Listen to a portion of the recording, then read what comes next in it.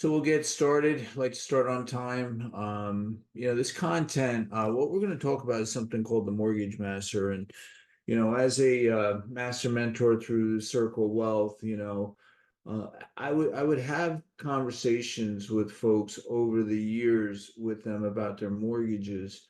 And as I was having these conversations and I was challenged on, hey, what people believe and, what's the right way and should I pay off my mortgage early? Should I not? I mean, it really created this underlying awareness on my part. So what I've learned over the years is that, there's absolutely wisdom to having a mortgage if it's done correctly.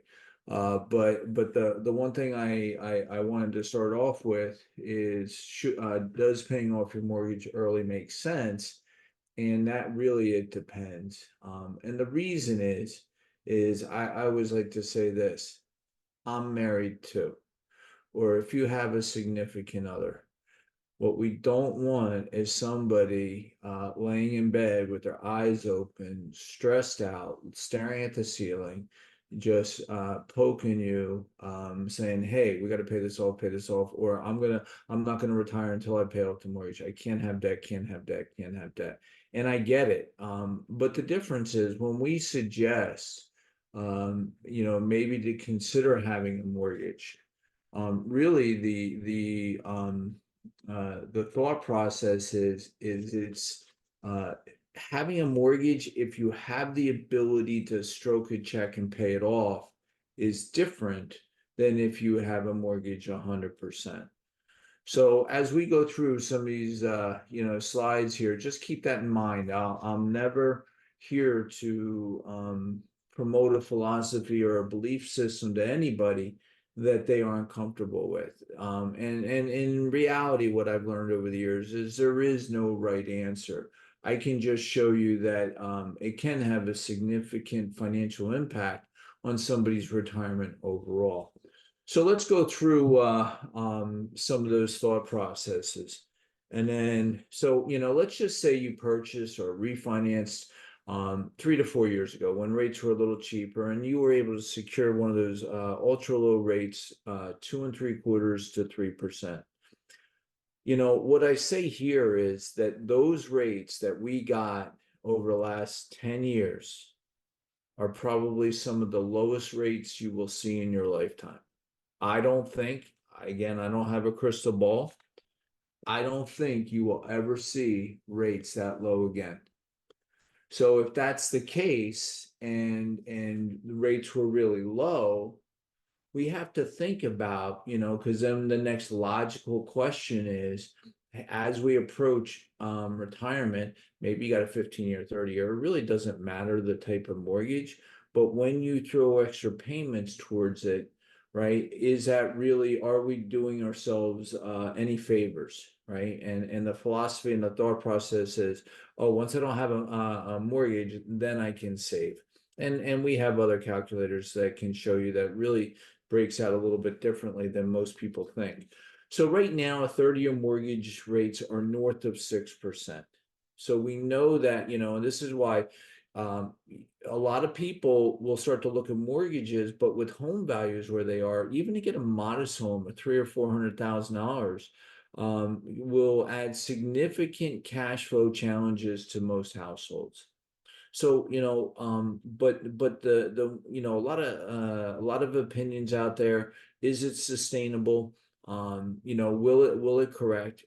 I tend to think that, rates around this area will stay pretty much close. This is what all through the 70s and 80s, this is considered the norm.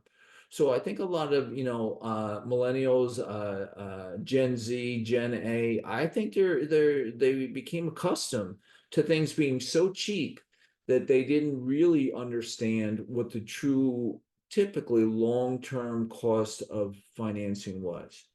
So with that said, here's why most people don't like a mortgage. And if you start in month one, you borrowed $400,000, the payment on an amortized scale at 3%, right, is a total all in 1686. Well, in that first payment, 1,000 is going to go towards interest and 686 towards principal.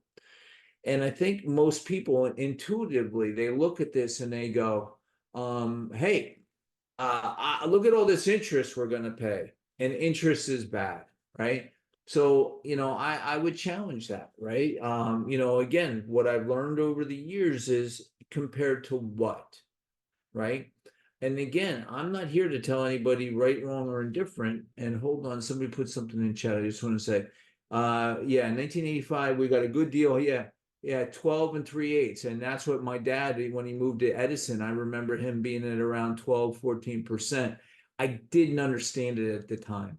So, when we think about rates now at 3%, 2.5%, 3%, 2 and 3/4, people were buying mortgages. People bought 15-year mortgages, paying off their debt. I get it, right? This is how we amass wealth, and it's one of the largest assets we're ever going to buy. But you're going to see here shortly that there's an underlying cost by accelerating the payoff this. So let's just take this, and let's take, we have two houses side by side. Now, for all intents and purposes, these houses are identical. But the first homeowner on the left, they had a mortgage. They took the traditional path. They put 20% down so they wouldn't have PMI. They financed 80% at 6% for 30 years, right? And you could say, okay, in today's world, that sounds expensive compared to 3 years. I get it. Versus this person that came in, somehow had $400,000. Maybe they said, hey, I'm selling my house here in New Jersey and I'm going to move out. Okay, whatever you choose to do. But they said, when I buy that house, I'm going to move into the person to the left to the left side of the screen. I'm going to put $400,000 cash. I got no mortgage, and they're peacocking and puffing their chest. The question is, was that the best move? So let's think about this. What is the rate of return? This is audience participation. So if you're in the audience right now and you can, I would like you to put into chat what you think the rate of return on home equity is. And it's not to say, hey, I'm not trying to make anybody look smart or silly. I want to sort of take a gauge. Does anybody want to take a stab on what they think the rate of return on home equity is? And I'll pause here.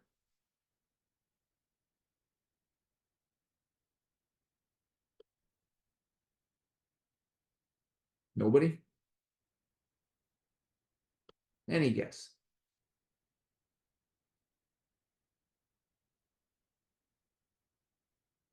If you put it to me personally, I won't say your name. I'll just say your answer. All right, we got one or two there. Good. All right, so one is they don't so yes, Caitlin said something, she got it right, but don't understand the question. So home equity. So the person that put 20% down, Harold, on the left side of the screen, what was the rate of return on the 20% equity versus the person that put $400,000 down cash that has 100% equity? What's the rate of return? So maybe that might, by me clarifying, does anybody want to take a stab as to what they think that answer is? So Harold says, oh, I'm sorry, I don't want to say your answer. So what I'm going to now show is I'm going to ask the question. Remember that the federal government, if they think that you've earned any type of revenue, will send you a 1099. So if there was any return on the equity in your house, you would have gotten the 1099. And I call it a 1099 house, HOUSE. In my entire career, I've never seen anybody get one. I've never seen, I've gotten one, and I don't know anybody that's gotten one. It's a fictitious IRS 1099, but I put it there because remember, if the government thought you made money, they would tax you on it. So that means that the 1099, if you didn't get a 1099 on your home equity last year, that means the rate of return on the equity was 0%. So let that sink in a little bit. 0% on the equity. Now I've gotten pushback in the past that, yeah, but my property value went up. So what you'll find is that regardless of, you know, how much you put down, if we're going to get 0%. So if I'm gonna, if you and here's how I used to ask the question.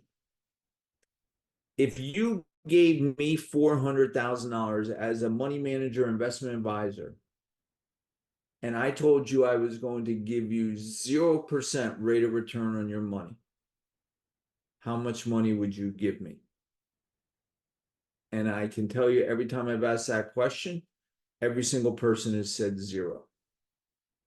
Yet we do this because we feel that that's the correct thing to do and it's one of the largest assets that we have. So if I'm going to get 0 by default, we already know that because we didn't get a 1099 on the equity in the house.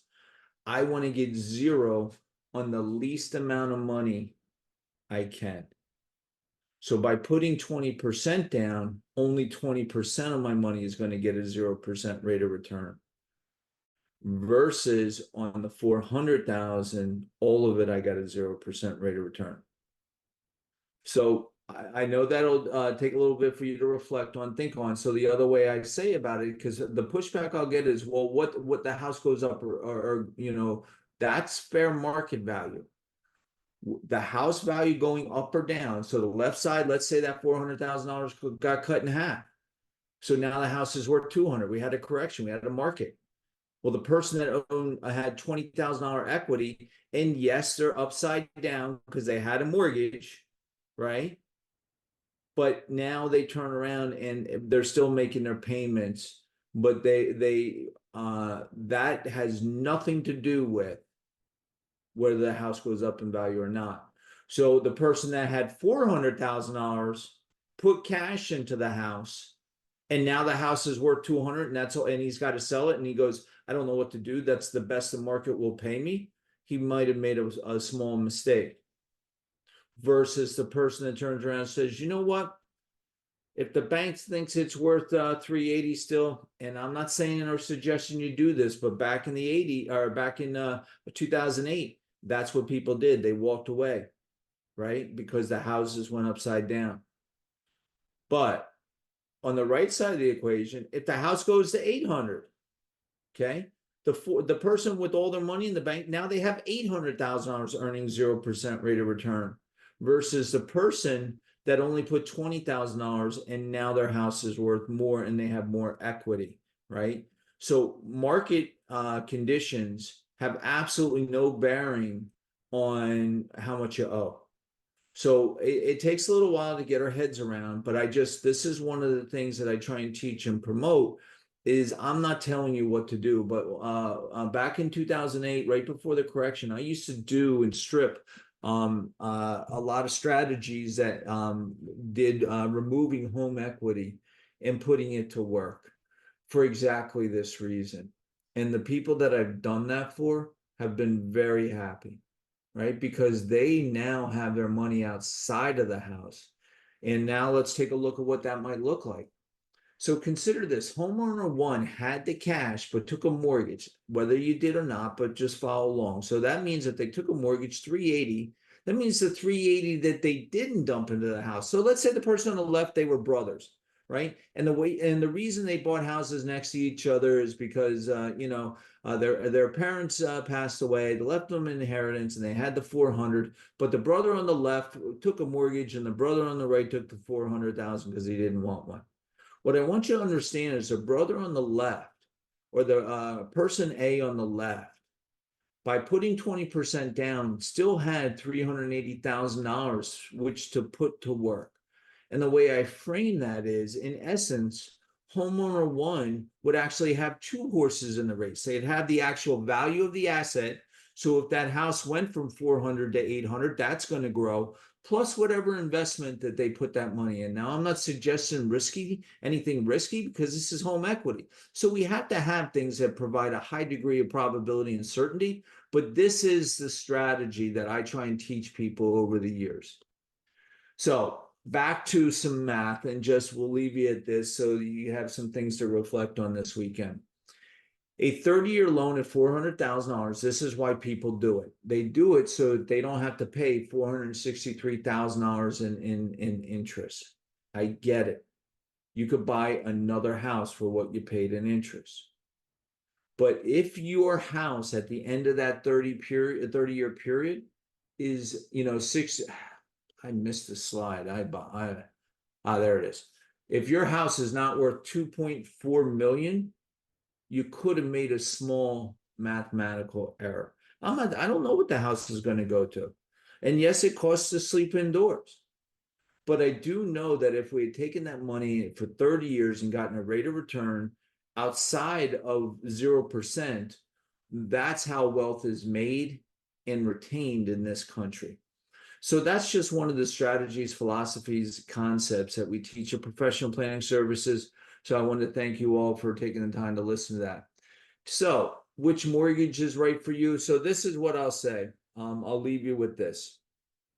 If you have a mortgage at 2.5, 3, 3.5, 4, and mortgages now are at 7, the bank is sitting there waiting. Remember, in the past, I've had the can of peas and velocity conversations where how quickly we can turn over inventory to be able to sell it again and again and again. This is what banks do, but instead of a can of peas, it's a mortgage. So when you buy a 15-year mortgage, banks love you, because what you're allowing them to do is to re-lend that money quicker. If you took a 30-year note, now you turn around and the bank is locked in for 30 years at 3% or 2.5% or whatever terms you negotiated. They're on the hook. So every time you send in an extra payment to pay that down, now what you're in essence doing is empowering the bank. They're taking that money and now they're able to lend it out higher rates. So if you're going to have a mortgage and debt, we believe in Professional Planning Services. It's what we call managed debt, with the purpose, planning with the end in mind. It's okay, because remember, if you can stroke a check and pay off the mortgage, what do you care? This is the cheapest money you're going to see in your lifetime. Why hurry to a whooping? Because if you turned around and you paid it off and you go, I got no mortgage, and then life happens and you got to go to the bank, apply for a loan, ask some 27-year-old kid that just got out of college for access to your own money, and he said, yeah, now rates are at 9% for that type of loan, you could have made a small mathematical error. So we're pretty passionate about it. It's part of my belief system. But again, I'm married too. So if your spouse isn't comfortable, we're not telling you to go out and hawk yourself up to the ceiling. But we do think that, when it comes time, and if you've already done it, you've already been sitting in okay, I get it. But if you've negotiated pretty inexpensive terms, you've already figured out the cash flow in your household, just keep doing what you're doing. Just don't rush to pay that off, because now you have a larger asset earning 0% rate of return. So with that, I'm going to go ahead and wrap it up. I want to thank all of you. I see I have one comment in chat, so I just want to make sure. So Harold, we'll talk offline on that. If you want to give me a call, I can go through it. But just think about it like this. On either example, it's not the mortgage. It's what is sitting there zero. So the way to really think about it is, if a house is paid off and it's just, remember, the government, if they think you've made money, is going to send you a 1099. If you didn't get a 1099, that means that you did not earn a rate of return. If you didn't earn a rate of return, and that means that you're getting zero, whether it be on 400,000 or 20%, which would be 80 grand, right? I want to get 0% rate of return on that smaller amount. We can talk more about it offline, but that's the gist.